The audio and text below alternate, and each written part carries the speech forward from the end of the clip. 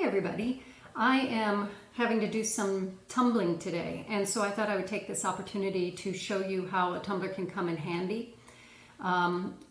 It is particularly handy if you don't have other finishing tools. If you're doing all hand finishing and you want to have just one more level of finish on your work.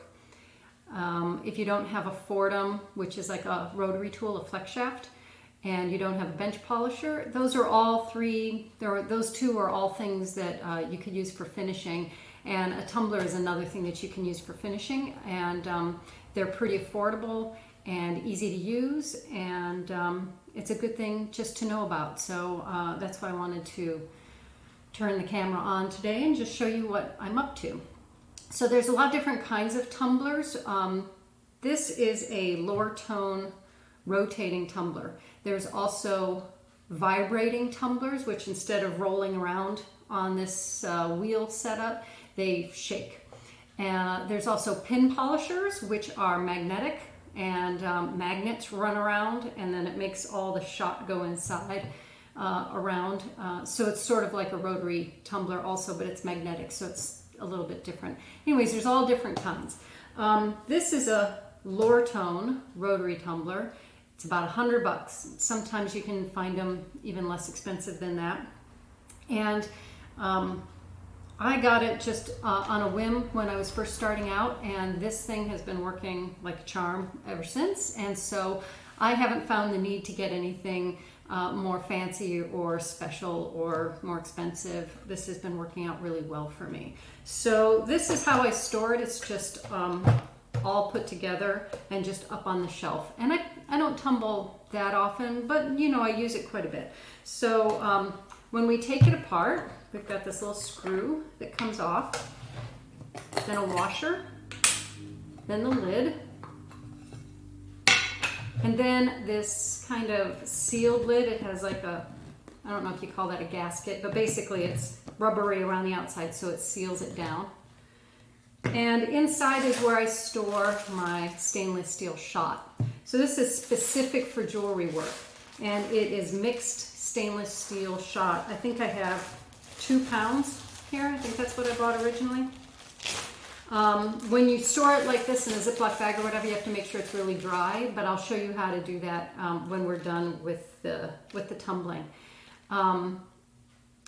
This is the same tool that you can use for tumbling rocks and such, but you use a different compound or a different shot. You use different material. What's the mediums? Different medium for it. So this is specifically for jewelry. And what happens is this is going to go in here with some water and some lubricant and your jewelry, and it's going to get all shook around together. And these little pieces of stainless steel shot, they look kind of just like little beads or something. What it's going to do is it's going to kind of beat up your piece, and it's going to burnish it. So it kind of smooths out the surface of the metals, and it also, like I said, it beats it up a little. And what that is good for is hardening your work. So let's say you have a bracelet that is, like say, a cuff bracelet, and the bracelet is a little too flimsy and bendy, and you're afraid it's just not going to be stiff enough when you put it around your wrist. You can use a tumbler, and that will help harden the metal so it's not so bendy. I use it for ear wires, which is one of the reasons why I'm doing this today. I made a bunch of ear wires. I don't know if you can see this, but I like to tumble my ear wires because then when people put them in their ears, they spring back. They don't just bend, you know, out of shape. So it gives it a little bit of hardness by putting it in a tumbler for a while. Okay, so this stuff goes right in here. And then we add our jewelry. And just, you can fit quite a bit in there. I don't have that many pieces today. If you're going to oxidize your work, do it ahead of time. As a matter of fact, what you want to do is you want to get your stuff up to a really decent polish already. And you want to oxidize it and wipe off the excess liver of sulfur or silver black or whatever kind of patina that you're using. Wipe off that excess. This particular tumbler setup won't take away the real deep black patina that you get when you oxidize. It'll take away some of it, and it'll definitely take away some off the surface. But for instance, I love using tumblers for my chainmail and my Viking knit and other things where when you put your patina in, it really gets deep down into those crevices. You wipe off the top surface layer so you have a shiny silver, and then the patina deep down. And when you put it in the tumbler, that surface gets really nice and shiny, and the deep down stuff doesn't really get affected. So you want to bring everything up to a polish and then oxidize it, wipe off that excess patina with whatever medium you use, and then you're going to tumble it. So the tumbling is just the very final polish. If you have any scratches that are remaining in your piece, they're still going to be there when they come out of the tumbler. It doesn't take any scratches out or anything. And as a matter of fact, because it increases the shine so much over the surface, you actually end up seeing some of your scratches worse when they come out. So you want to make sure you got all those deep scratches out. A lot of times in my classes we do hand finishing because not everybody has the power tools that get used in some jewelry making. So if you're a hand finisher, you're going to want to do any filing first, and then you want to sand it with wet dry sandpaper up in increasing grits. And I would take it to 12 or 1500 grit, and then I would finish it with a pro polish pad. That's those little white squares of polishing pad. It's not the same as like a polishing cloth that has a compound in it. It's actually a very, very high grit abrasive. So if you're doing all hand polishing and you bring everything up to 12 or 1500 sandpaper, oxidize it, finish it with your polishing pad, you will have a beautiful piece after you tumble it. I know it sounds like a lot of work, but actually it's you know, you get the hang of it, and it doesn't take that long, and you end up with a really nice finished piece, and people wouldn't know that you didn't have a flex shaft or a bench polisher. Okay, so back to it. I'm going to finish putting all my stuff in here.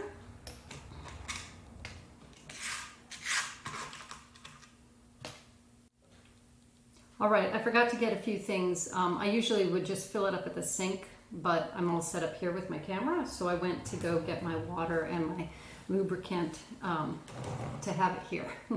Okay, so I got everything in my tumbler, and what you're going to do is just put a little bit of lubricant, and lubricant in this case is Dawn dish soap.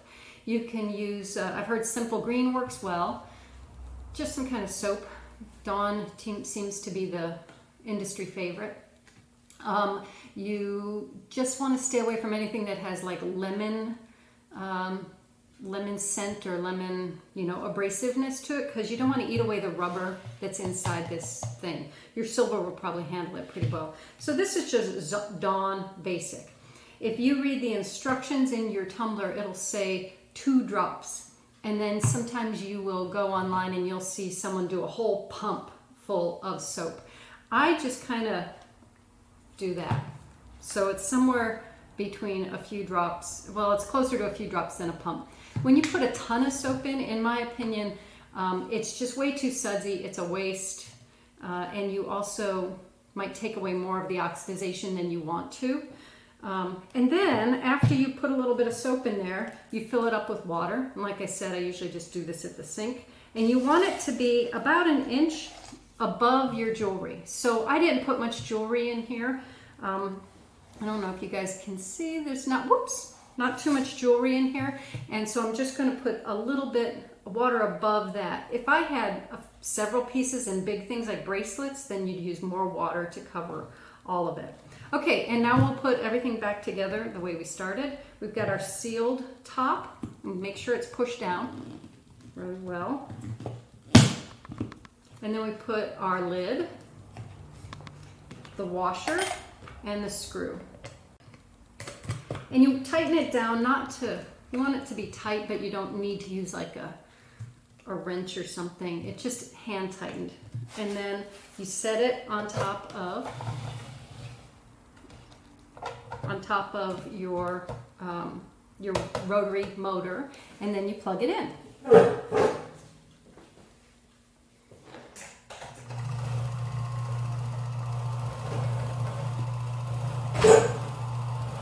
So this is going to go like this for at least a half an hour. I usually check my stuff after a half an hour and see how it looks.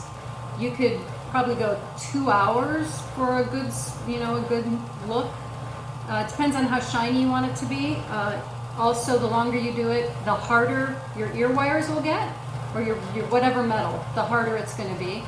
Also, the longer you do it, the more oxidization you're going to take out of your piece. So I check it about every half hour and just sort of see how it looks. It's a very inexact science. So I'm going to let this run for a while, go work on some more things, and when it's done, I'll come back and I'll show you what I do to clean everything up. All right, I'm back, and I just unplugged this. I'm going to take a look at it. I haven't looked at it yet. And so I'll take off all these screws and things.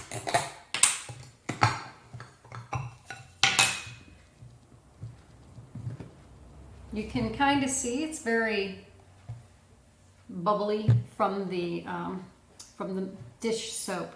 And I'm just going to take a quick look at how things look. I've had this in for about an hour. I didn't need that much for my ring and my big earrings here, but I'm going to check the ear wires. Whoops. Well, these earrings have an ear wire attached. What I'm doing is I'm seeing how stiff that got, and I'm pretty happy with that. I think if someone puts that in their ear, it's not going to bend too far. And now let's see about the little individual ear wires I made. Maybe they got lost. Oh, there's some. All right, so this is just an individual ear wire that I'm going to use for something later. Oh, and it got real nice and stiff. These got a little hammered first, so the hammering also hardens the ear wires, but that really made a difference. And that was just an hour. Everything's really nice and shiny. My oxidization's not gone too much. No, it looks really good. So I can't do this on screen because I'm not near my sink and the lighting over there is kind of bad. So I'll tell you what I'm going to do. I've got a big strainer, and I'm going to go to the sink and I'm going to dump this over the sink through the strainer and give it a real good rinse. That way you're going to get all that soap off of the jewelry. And then I'm going to rinse this out too and just basically get everything cleaned up. And then I'll come back and go from there. I am all cleaned up. So I should point out that if you think you're going to be doing tumbling often, like a few times a week, you don't have to go through all these steps that I'm doing. I'm not going to need to tumble again for maybe another month. So I don't want to keep my shot in the water and everything all set up. So I go through this whole process of cleaning it up, putting it away. But you can leave your shot in the water. If it's submerged in the water, it shouldn't rust. Does stainless steel even rust? I don't think it does. Anyways, it should be fine. But what I like to do is clean it up every time because, like I said, I don't use it that often, like once a month or something like that. So you don't always have to go through all of these steps every single time if you're going to do it every day. However, the water will get kind of dark because it eats away just a little bit at the silver. So you do get a darker water, a dirty water, and you need to clean it out every so often. So anyways, you could do this if you were going to change your water or just start fresh. So this is all strained out. It's my jewelry and the shot. And then when I get everything all clean, no soap left on anything. So then I got, this is a plastic tray. You can use any number of trays. And I've got paper towels in here. I usually use a rag because it's more environmentally friendly than paper towels every single time. But you'll be able to see this better on the white, I think, than on the old dirty rags I have. So I'm just going to dump this onto here. And what that'll do is it'll absorb some of the excess water. And it gives me a good tray so I can find all my parts, all my pieces. So here's my two big earrings. You can see, kind of. That is going to be a beautiful pair of jasper earrings. This is going to be a beautiful jasper ring. It's all shined up.